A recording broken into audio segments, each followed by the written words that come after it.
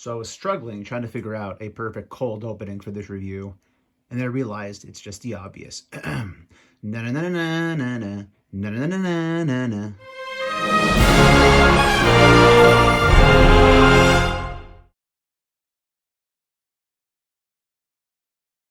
Hey YouTube, what goes on? And welcome back to Disavowed Action Figures. Today bringing you another action figure review, taking a closer look at the Marvel Legends X-Men 97 Wolverine. Walked into a random Walmart this morning on a toy hunt. The great RG had sent me a photo that these were turning up at Walmarts, so I kind of was hoping, but had really no hope, no expectations of finding them. And I was filming for my next toy hunt, and then boom, I was looking at the peg warmer Marvel Legends, looked to the right, and then a whole set of this line. Super pumped to have picked up Wolverine at retail price. I left all the rest of them behind. For the most part, this wave are a lot of repaints, which I'm fine with considering the fact that a lot of these characters and these figures were released a while ago that fans don't have. For instance, the Magneto isn't quite the exact same one, different head sculpt, but for people who didn't get the Magneto in that 3-pack, it's perfect. The Bishop obviously has different head sculpt, different hair. In fact, they all have different head sculpts. They're kind of, cartoonized for the show, but basically the base bodies are the same. But Wolverine here is the first Wolverine completely pinless, I believe. So I grabbed him off the shelf. So very excited to have him in the collection. So we'll open him up. It's going to be hard, being that it's on a nice little card like this, but we'll cut him out of there. We'll move him around. We'll compare him to other figures, and we'll get you out of here. So as you already saw on the rotating base here on the back, here is the cross-sell for this particular wave. Again, no Build-A-Figure piece. Obviously, it is just the figures. We get Magneto, we get Wolverine, we get Rogue, we get Storm, we get Bishop, and we get Gambit. They all look great. So again, I can see people definitely building this entire team. I'm sure we'll get future waves, as there will be future seasons. As you can see inside the packaging, we get a really good-looking unmasked Wolverine Logan head. We obviously get the masked head, and then we get the kind of piece where it looks like the mask is hanging down back behind his head, and then 2 closed fists with the claws pulled in. And here is Wolverine out of the packaging, out of the bubble, off the card. It looks great, very crisp looking figure, very vibrant, popping right here in front of me on the rotating base. And again, for collectors who missed out on the original Tiger Stripe Wolverine from this version of Marvel Legends, which was in that Apocalypse wave. It is harder to come by nowadays, and even the brown suit that came with Juggernaut, also not the easiest figure to come across. So this being released in this wave makes all the sense in the world, especially considering Wolverine is one of the primary characters on the X-Men animated series from the past, and I'm sure into the new show X-Men 97. So as you can see, he does come, as I mentioned earlier, with 2 punching hands, an actually masked head, and then also the piece that kind of makes it look like the mask is folded down. So take a close look at this guy, and then we'll do my favorite thing of all, comparisons, as well as throw in a little bit of articulation. All right, so looking at the default head sculpt, which is the maskless, this looks really freaking cool. You got the chops on the side, the dark hair obviously slicked back, the eyes look good, the eyebrows look good. I like the grimace on the face, looking all serious, bub. So again, looking good. As far as the paint goes, again, looking very crisp. My lines look good on here. Everything looks fine. I don't really see any smudging or anything like that.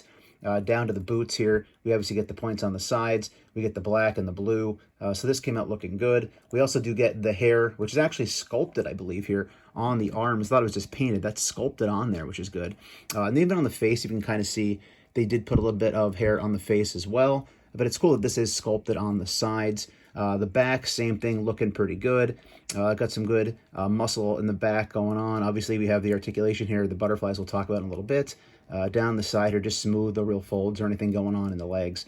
But again, overall, came out looking pretty good. And as I said, aesthetically pleasing because there are no pins. This is a pinless freaking Wolverine to go on your shelf. So again, I picked it up for that purpose, being that all the ones I have do have the pins in them. But as far as aesthetics, it looks pretty damn good to me. And taking a quick look at the other accessories, here is the masked head. And again, it looks good. You get those white slits for the eyes. These are actually relatively sharp right here. They came out pretty freaking cool. Again, just a very base-looking face, not really showing any emotion on either one of them, which some people might say, with it being Wolverine, you want like a screaming rage Wolverine. I know looking at the Tiger Stripe from the Apocalypse, he has more of the teeth showing, obviously, so I'm guessing you can mix and match these heads as you please. I don't know if the yellows are going to match. We'll take a closer look at that in a little bit.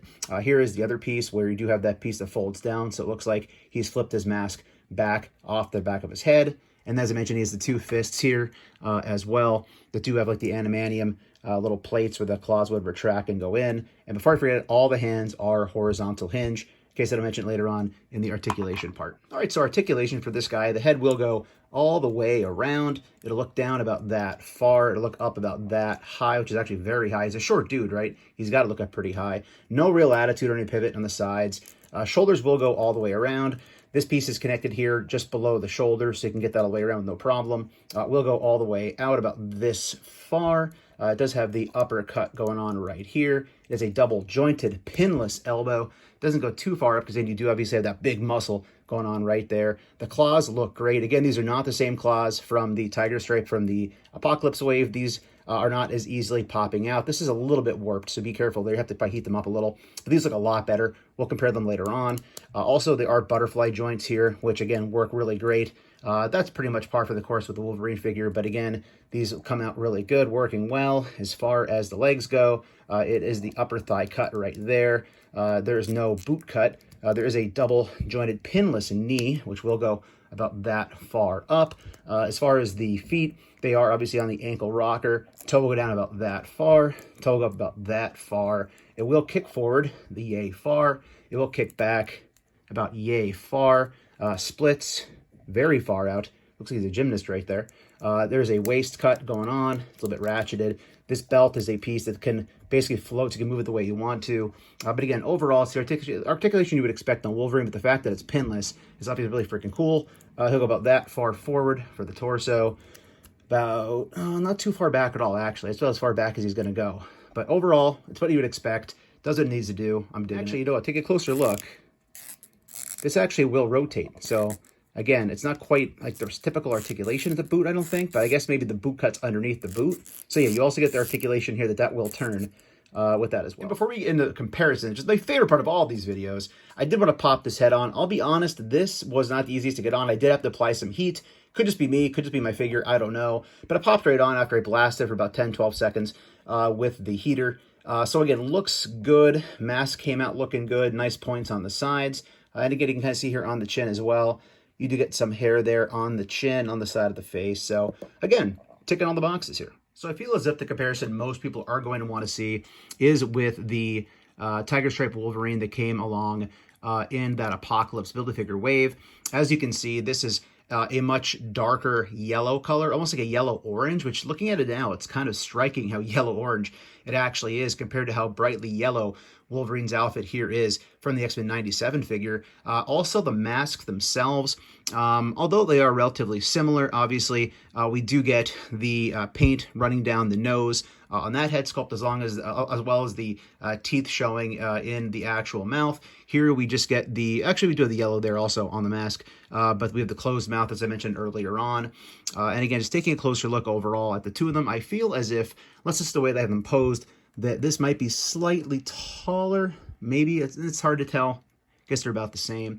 Also looking at the blues, much brighter blue over here on both, almost like a metallic blue going on here on the shoulder pads and down here on the actual part of the arm here, as well as a lighter blue here on the forearm for him. The biggest difference is the claws, obviously, right? These are those kind of individual claws that would pop out relatively easily. You just kind of pull them out, slide them back in.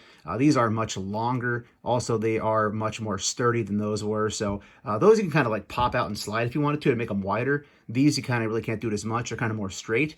But again, overall, you know what? I don't know which one I like best. They both kind of have their own look to them. I'm not quite sure what I'm going to do with him yet because he sits with my X-Men team and my X-Men shelf. So I don't know where he's going to go yet. But again, there are definitely pros and cons of both of these figures as you can kind of see them spinning around. The biggest thing being here, you can see the pins on this Wolverine, whereas the X-Men 97 Wolverine, the new one right here, no pins in the arms, no pins in the legs. And I'll tell you what, while we're at it, let's throw the brown and gold Wolverine up there as well. So there are all three of the Wolverines. I do not have the Wolverine from the Love Triangle 3-pack. I got rid of that years ago.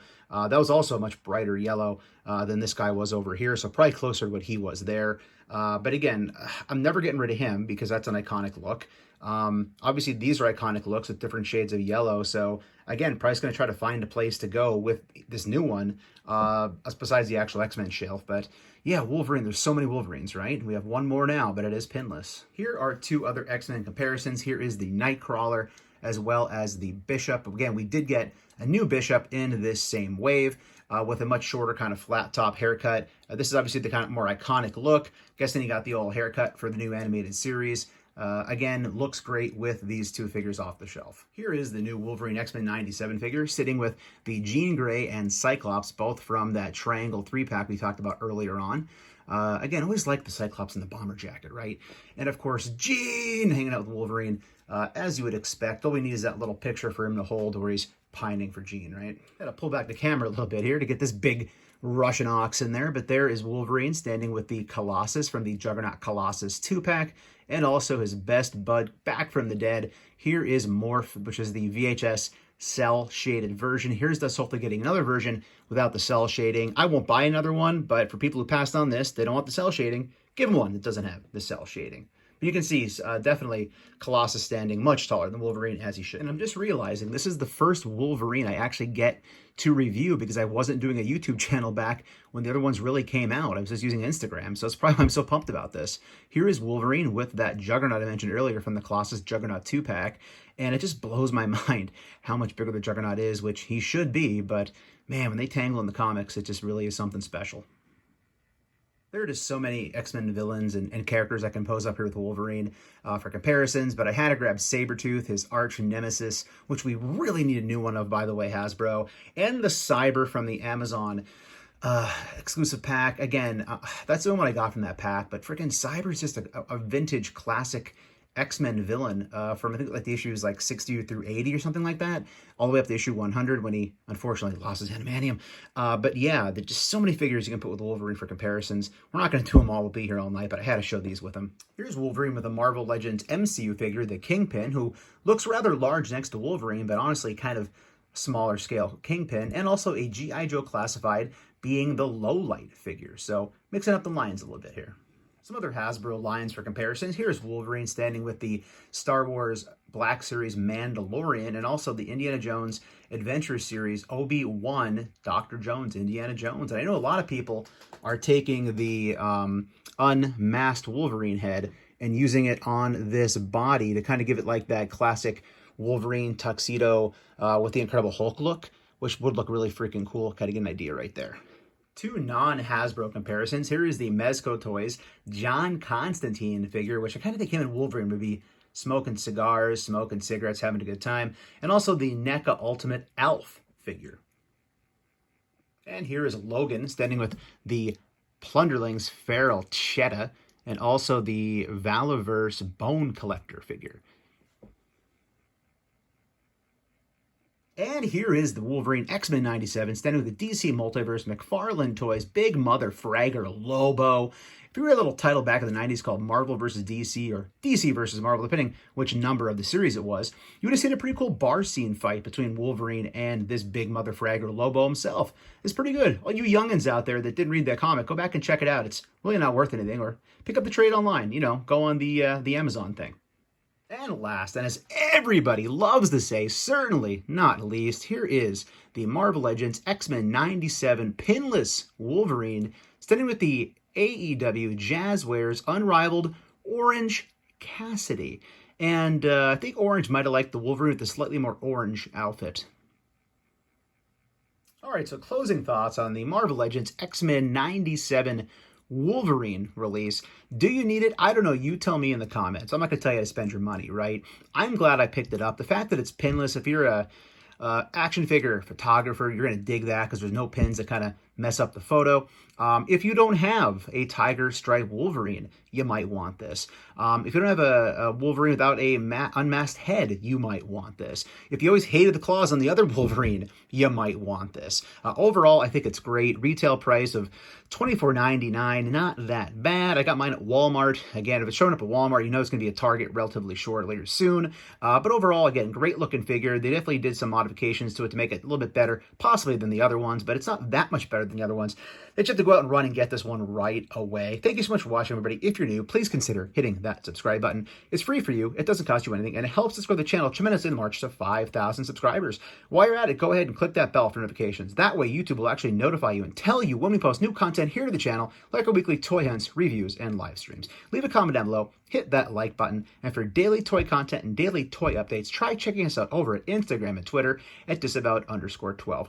Hey everybody, if you're going toy hunting this week, please try to remember the 3 P's of the toy hunt.